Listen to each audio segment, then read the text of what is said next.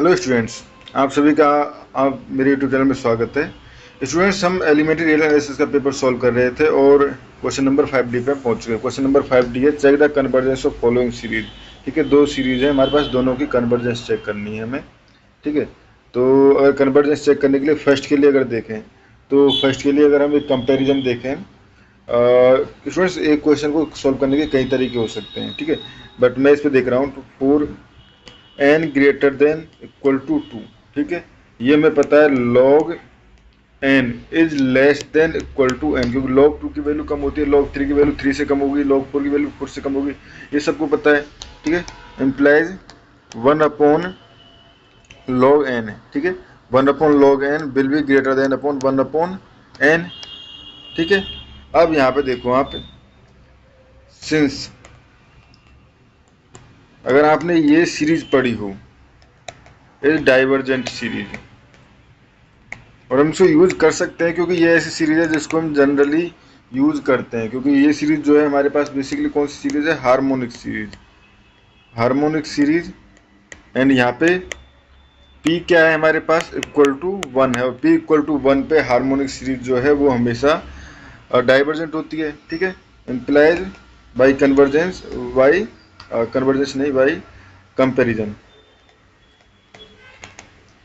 Comparison summation of 1 upon log n also divergent. ठीक है, क्योंकि जब छोटी सीरीज डाइवर्जेंट है तो बड़ी सीरीज तो ऑब्वियसली डाइवर्जेंट होगी। ठीक है, तो ये हो गया हमारे पास फर्स्ट पार्ट। अब सिमिलरली सेकंड पार्ट सिमिलरली से भी कर सकते हो आप, कंपैरिजन से भी कर सकते हो। ठीक है, अगर आपको कंपैरिजन से नहीं करना है तो दूसरा तरीका ये भी है। देखो आपके पास एफ एक्स इक्वल टू क्या दिया हुआ है, एफ एक्स इक्वल टू दिया हुआ है बेसिकली tan इनवर्स x। ठीक है, ठीक है, F X equal to tan inverse x दिया हुआ है आपके पास। ठीक है, अब हमें इसको सॉल्व करना है, तो लेट एक तो आप पहले ट्राई कर लेते हैं, हम क्या कहते हैं, x equal to 1 upon n वाले उससे ही। ठीक है, तो यहाँ पे हम लिख सकते हैं फॉर ऑल स्मॉल x के लिए basically tan inverse x is nearly equal to x होता है। ठीक है, तो स्मॉल x के लिए होता है हमारे पास, और n जैसे ही n टेंड्स टू इन्फिनिटी, तो x जो है वो नियर स्मॉल आ जाएगा, काफ़ी स्मॉल आ जाएगा। ठीक है, तो यहाँ पे मैं कह सकता हूँ limit n tends to infinity. ठीक है, tan inverse 1 upon n basically comparison से। ठीक है, विच इज इक्वल टू 1।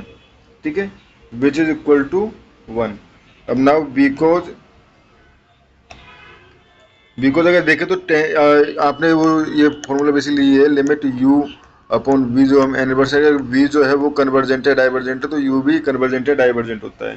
ठीक है, तो यहाँ से because 1 upon n is divergent.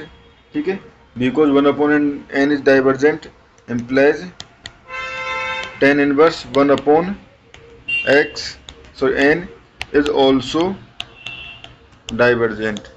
ठीक है स्टूडेंट्स, तो दोनों क्वेश्चंस जो है वो हमारे पास डाइवर्जेंट सीरीज आई है। ठीक है स्टूडेंट्स, तो इस क्वेश्चन में इतना ही। Thank you.